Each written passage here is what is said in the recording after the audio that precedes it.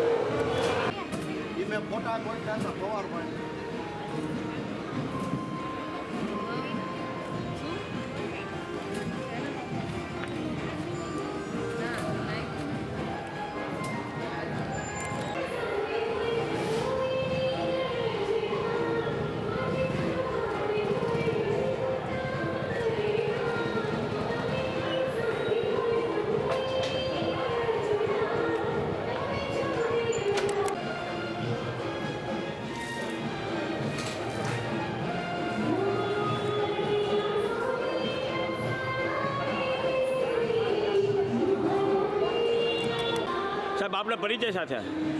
હું મનીષભાઈ નગીનભાઈ હરસોરા, સિહોર લુહાર સુથાર જ્ઞાતિના ઉપપ્રમુખ। સિહોર લુહાર જ્ઞાતિની અંદર વિશ્વકર્મા જયંતિ નિમિત્તે ઇન્ડિયન રેડ ક્રોસના સહયોગથી એક ભવ્ય બ્લડ ડોનેશન કેમ્પનું આયોજન કરવામાં આવ્યું છે। તેમાં ઘણા બધા લોકો લાભ લઈ અને થેલેસેમિયાગ્રસ્ત બાળકોને મેક્સિમમ ફાયદો થાય એ માટે થઈને અમે પ્રયત્ન કરીએ છીએ અને દર વર્ષે આવું કરવાની અમારી ઈચ્છા છે। આ સાથે વિશ્વકર્મા જયંતિની ઉજવણી કરવામાં આવી હતી કે કેમ? વિશ્વકર્મા જયંતિ નિમિત્તે આ ડોનેશન કેમ્પનું આયોજન કરવામાં આવ્યું છે।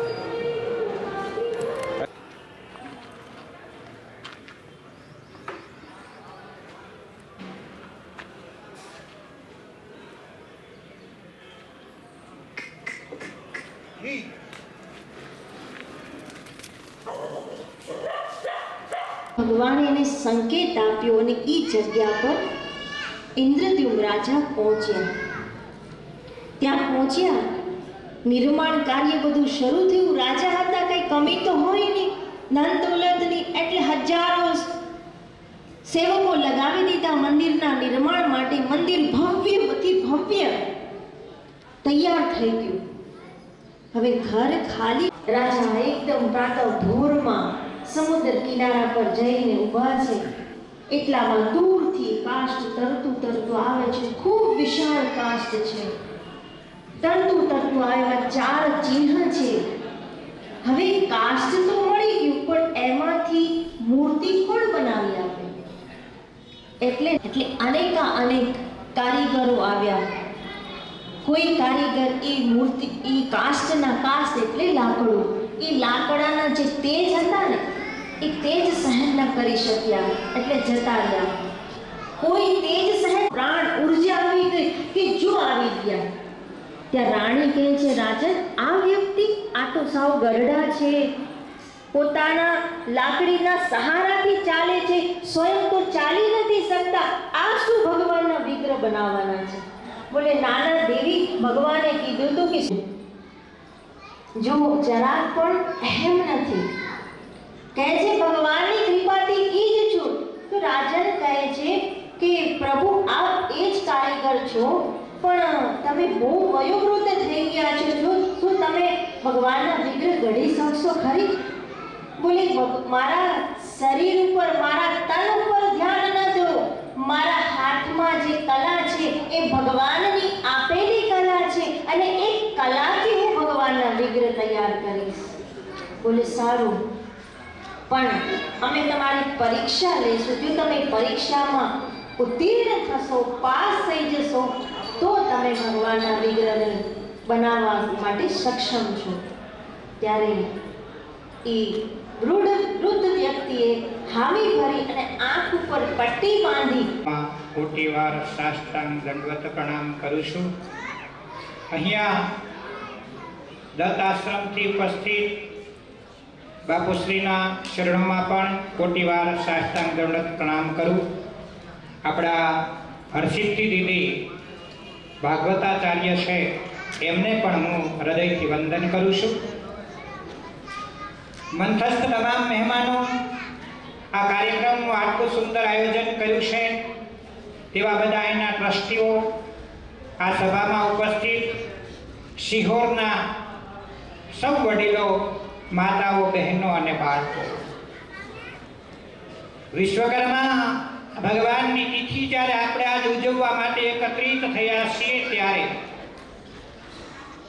દીદીએ આપણે ભગવાનનો ઇતિહાસ આપણને સંભળાવ્યો કે ભગવાન છે ને એ વિશ્વકર્મા ભગવાન ઇજનેર છે અને જેને દેવ શિલ્પીનો બિરુદ આપ્યું છે. સૌથી જૂના પ્રાચીન શિલ્પી કહેવાય. એણે ભગવાને સતયુગમાં વિશ્વકર્મા ભગવાને સ્વર્ગનું નિર્માણ કર્યું. દ્વાપરમાં ભગવાન કૃષ્ણની દ્વારકા બનાવી, હસ્તિનાપુર બનાવ્યું, પાંડવો માટે ઇન્દ્રપ્રસ્થ બનાવ્યું. આપણે અર્પણ કરીએ છીએ ત્યારે આપણે સૌ તાળીઓના ગણગણાટથી વ્યક્તિ છે મળવા બહુ મુશ્કેલ છે. ત્યાર પછી મનીષભાઈ, હા, એક સ્ત્રીનો ચોક્કસ હાથ હોય છે તો બહેનનો પણ પ્રમુખ સાહેબની પાછળ હાથ ચોક્કસ કહી શકાય, તો એમને પણ ખૂબ તાળીઓના ગણગણાટથી વધાવીએ. ત્યાર પછી મનીષભાઈ નગીનભાઈ હસોરા ઉપપ્રમુખ, આપણે બધા તાળીઓના ગણગણાટથી વધાવતા રહીશું.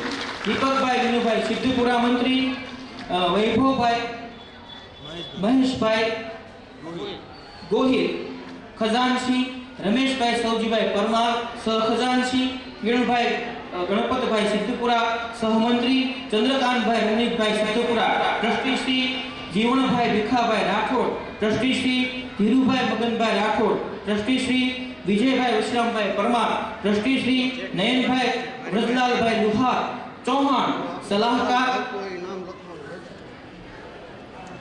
પરમાર કારોબારી સભ્ય છે.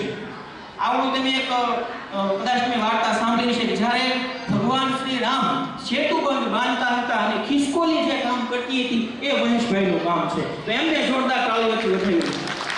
કારણ કે એ પણ સતત મારી સાથે વાર્તાલાપ કરે ને સતત વાતો કરે, આપણો સમાજ, આપણે વિકાસ કરવાનો, આપણે કામ કરવાનું, આપણે વાડીનું કામ કરવાનું, આપણો શબ્દ એની પાસે સતત આવે, તો એમને પણ વધાવીશું. પારસભાઈ મહેશભાઈ ડોડિયા સભ્યશ્રી, જયમીનભાઈ વિનોદભાઈ ચૌહાણ, ગોપાલભાઈ અરવિંદભાઈ મકવાણા, હરિભાઈ ભરતભાઈ કવા. તો આ આપણો 20 જણાનો જે છે એ ટ્રસ્ટી બોર્ડ આપે સૌ આપણે અને આપણો સમાજ એમને ખૂબ તાળીઓના ગણગણાટથી વધાવીએ અને એમનો અંતઃકરણથી જે છે સ્વાગત કરીએ. એવો પણ રાત દિવસ આપણી જે વાડી છે એના વિકાસ માટે ખૂબ સુંદર કાર્ય કરી રહ્યા છે. આગળ વધારતા આજના કાર્યક્રમના મુખ્ય દાતાઓ છે, બરોબર, એની એક નામો જાહેર કરું છું.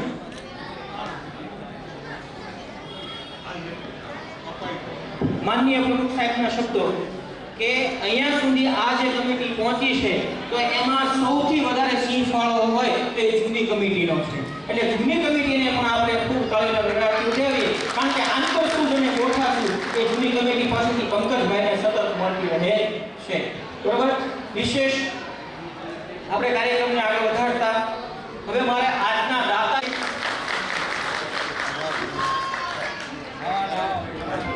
ત્યાર પછી